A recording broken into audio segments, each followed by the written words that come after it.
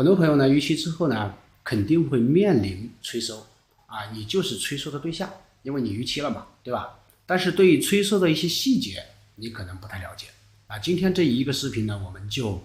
从头到尾详详细细的用一个视频来把催收相关的方面全部讲给大家听，让你呢在应对催收或者是在应对你的债务的情况下啊，你有一个方向，你知道应该怎么做。那首先催收对象大家知道了，你就是那个催收对象，因为你逾期了，你不要去抵触你是一个催收对象这样的一个说法，因为的的确确当你逾期的时候一定会产生这个催收这个情况的。那既然你是催收对象，那金融机构和第三方催收机构只应向你来催收，大家一定要记住这句话，只应向你来催收，不应向联系人催收。这个联系人就包括你通讯录里面的联系人，还包括你当时预留的那个一两个联系人。其中呢，向担保人等连带责任人催收，应该以国家法律法规规定的这个协议这个作为一个依据。所以说催收的时候只能向你催收。那金融机构和第三方催收机构，它可以通过以下途径来获得你的联系方式。那第一种方式，那就是什么呢？就是合同中约定的联系方式，就是当时呢你在贷款的时候，你向这个金融机构或者是其他网贷机构啊，然后你提供了你的联系方式，你当时呢你填写了一个电话号码的，对不对吧？你填写了一个电话号码的，那这个号码它是可以向你进行催收的，就是你在金融机构预留的联系方式。还有一种就是你逾期之后，为了能够及时的找到你进行沟通，金融机构呢和你沟通以后，你重新提供的另外的联系方式，它也是可以通过这个联系方式向你进行催收的，或者是你主动公开的联系方式。这个主动公开是你主动告诉他的，不是他通过各种渠道然后找到的联系方式。还有就是在合理的范围内，通过一个合法的途径获取的联系方式。就这5种，金融机构只能在这5种方式之内能够获取到你的联系方式，其他的联系方式如果他获取到了都是非法的。所以大家一定要了解清楚这几个区别哈，就是说你预留的联系方式和你给他的联系方式，或者是他们通过正常渠道获取到的你个人的联系方式，而不是非法的。那既然知道了这些联系方式，那大家肯定会了解一些什么情况呢？就是说在某些符合某些情况这种原因下催收人员呢是可以和你取得联系的，因为你逾期了，这是一个前提还有就是当他找不到你的时候怎么办？很多人说找不到我的时候他就报我通讯录了，那这肯定是违法的，是吧？这已经上升到违法的程度了，而不是违规了。当他没有办法联系到你本人的时候，你留的那个联系人他是可以去联系他，是吧？因为他是为了及时的和你恢复一个联系嘛，对吧？还有就是当债务人已经死亡，被认定为无民事行为能力或者是限制民事行为能力的人的时候，未建立一个联系，他可以和你的联系人进行联系，那其中有一点是这样规定的，就是金融机构与债务人可以通过协议约定的方式明确当没有办法联系到你的时候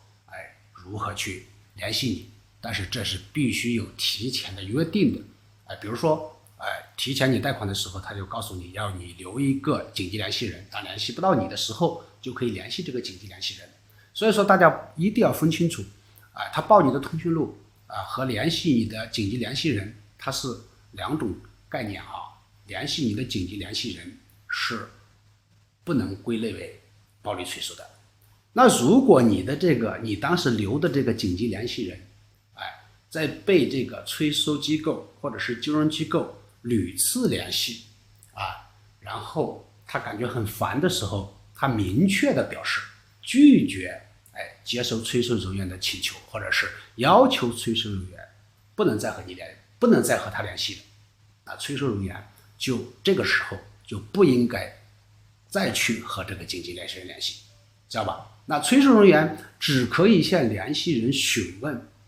债务人的联系方式，或者是请这个联系人代为转告债务人，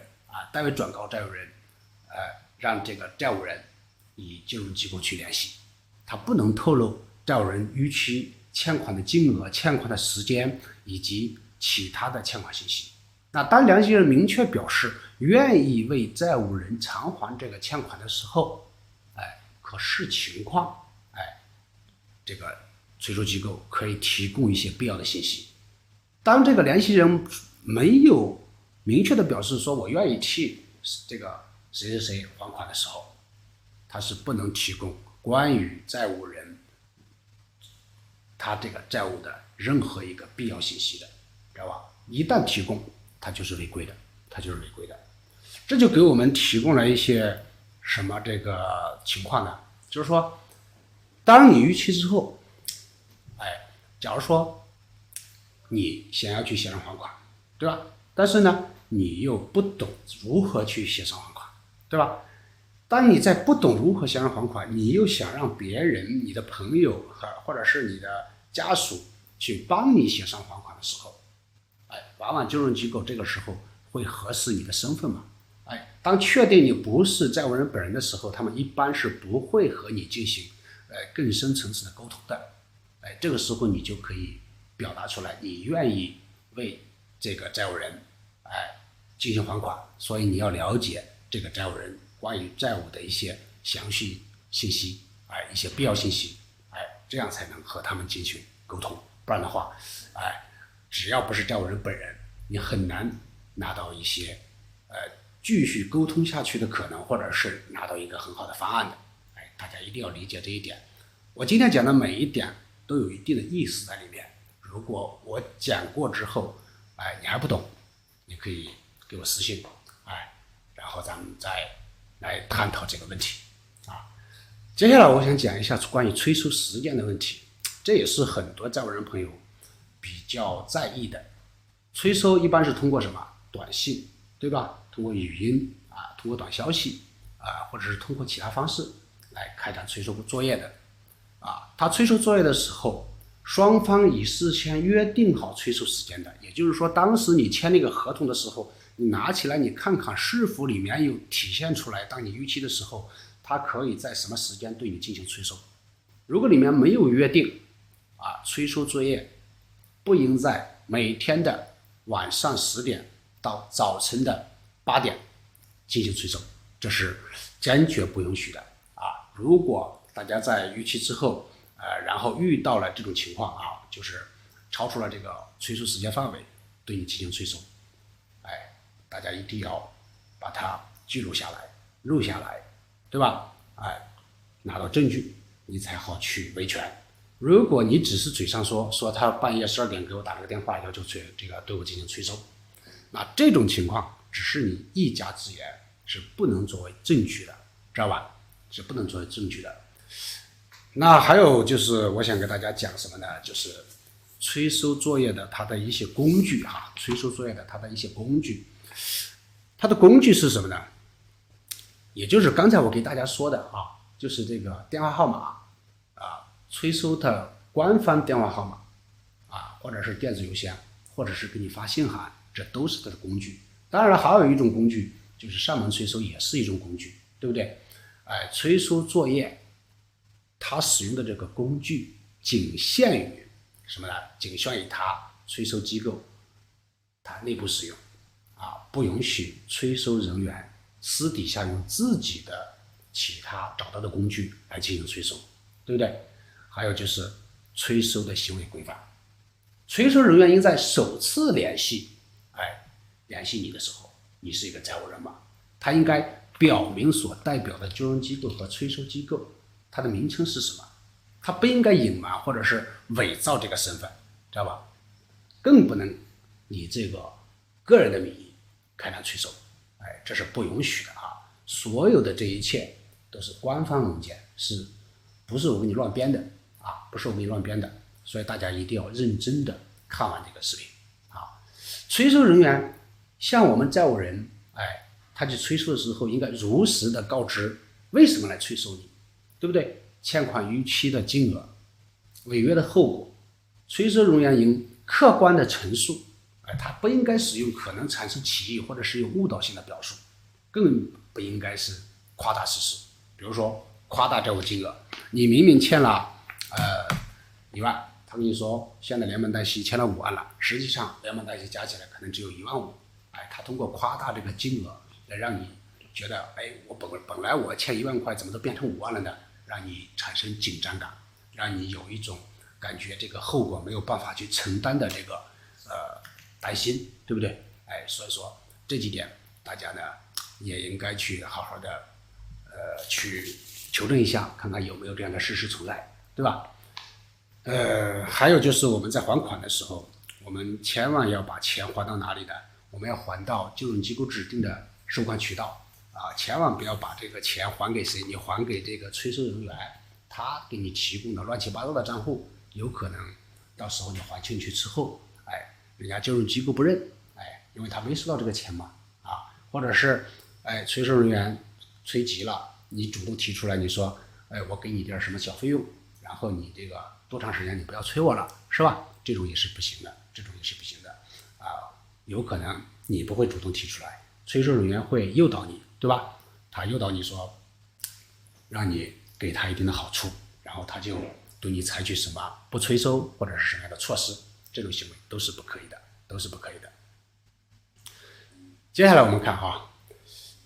债务人履行完还款的义务之后，金融机构就该立即终止催收，并及时通知第三方催收机构终止催收。为什么我重点把这一点我提出来来给大家来讲解这个事情呢？就是在这个实际生活中就有这种债务人已经把这个钱还完了，但是呢催收还在催，这就是你还完之后，金融机构没有立即把你还完的这个信息同步到第三方催收机构去，第三方催收以为你没还款，实际上你已经还了，所以他们上面有一个信息不对称的问题，然后这个时候你就要及时的向金融机构去反馈，告诉他你已经还完这个钱了，但是现在催收机构还在催你，让金融机构把这个信息同步到催收机构去。关于催收记录的这个问题，不多讲如果你被暴力催收了，你应该向催收机构或者是金融机构去要他出示完整的催收记录，这个催收记录催收公司根据法律规定，他应该保留至少2年时间。如果他提供不出来，那他就是违规的，你就可以拿这一点，对催收机构的违规行为，让他取消这种违规行为，或者对他进行一次施压，当然这种施压是良性的，是为了让自己回归一个正常的生活中，对吧？但是你不要拿着这个东西去做一些不好的事情，所以这点我们就不多说了，接下来我们重点讲一下交互式催收。什么叫交互式催收？交互式催收也就是3轮催收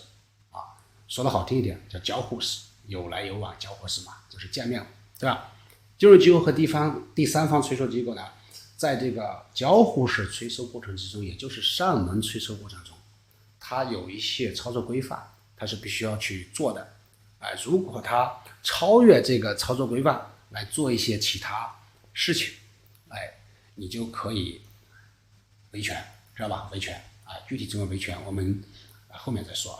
也就是说，你债务人联系的时候，催收人员应该明确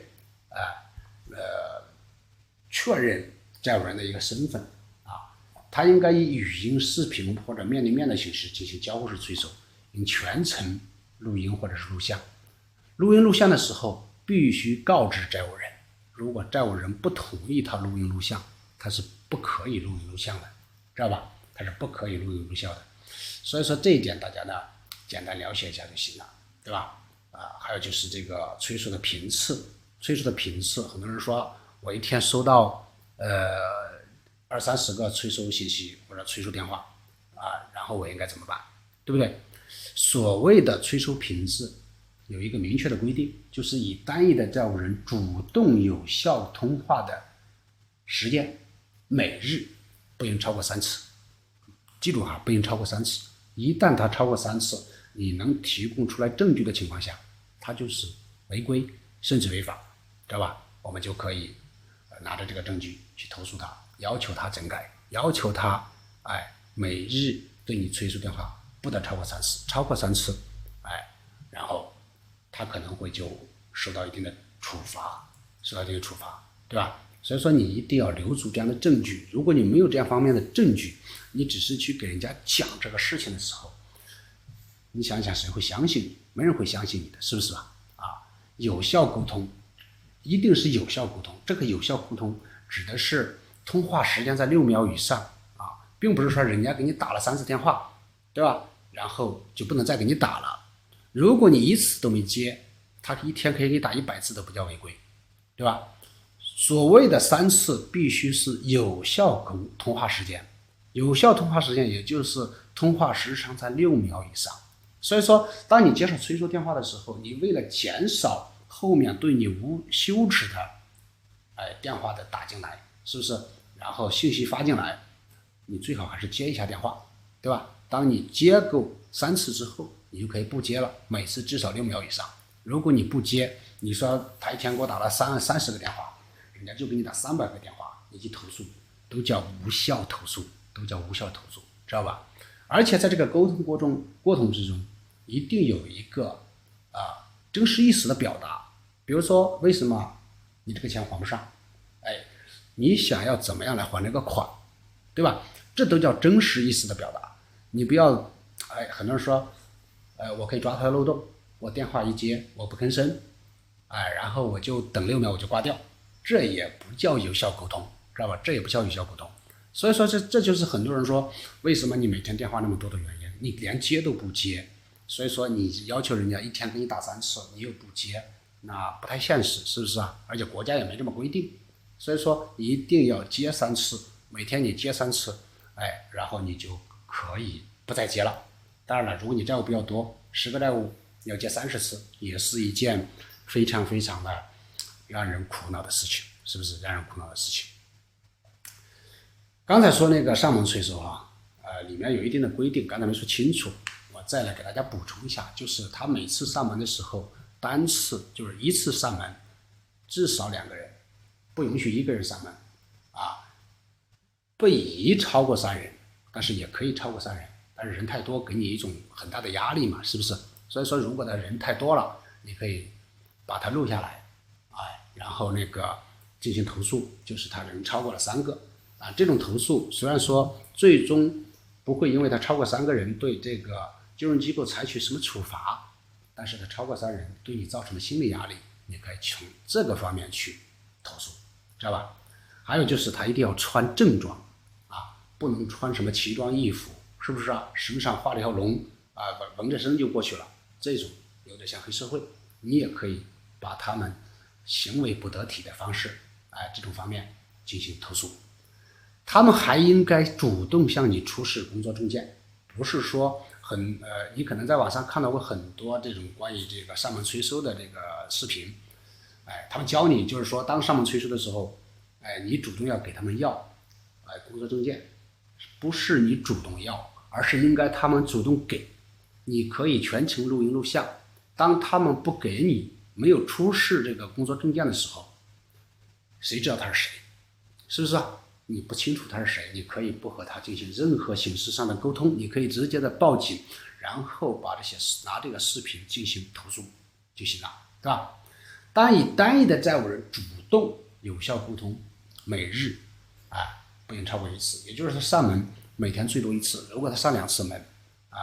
然后也是违规的。所以说你要记录下来，就像你记录你的生活一样，已经产生债务了，你想要彻底解决你的债务，首先你要面对的就是催收，你要解决的也是催收。催收解决不了，你每天都是烦心的，你是烦起的。你说你怎么去，有耐心去认真的和金融机构去谈怎么去还这个钱呢？你正在谈还钱，这边呢催收一大堆，会影响你的思路，也会影响你的心态，更会影响你的心情。所以说，大家一定要学会怎么去处理催收，而不是去简单的应对，对吧？还有就是没有经过同意，这些催收是不允许到你家里去的。他想要去你家里面催收，他必须经过你的同意。他想要去你的公司或者你在哪里上班，他必须经过你的同意。如果没有经过你的同意，他到了你的单位，到了你家，只要他一条腿迈到你家门口家里去，只要你拍下来，这就是一个铁的证据，知道吧？我们就可以进行维权，所以说今天讲的有点多，我说的有点慢，就是怕大家听不明白，听不清楚。如果你现在正在经历着这个催收的事情，我建议你把我今天拍的这个视频认真的、努力的看2遍的，我觉得你看2遍应该是够了然后通过合适的方式来维护自己的正当权益，让催收成为你解决债务的得力助手，而不是天天和催收为敌，对吧？记住说这句话，让催收成为你的解决债务的助手。他们的每一个违规的行为都有助于你的债务得到及时的解决。当然了，解决债务并不是说人家违规了我就不还钱了，而是通过一种方式和方法让自己更容易的去还钱。比如说一次性还钱我还不上，我可以分期还，对不对？我分30期，我觉得每期的压力很大，我可以分60期，这样子来解决自己的债务。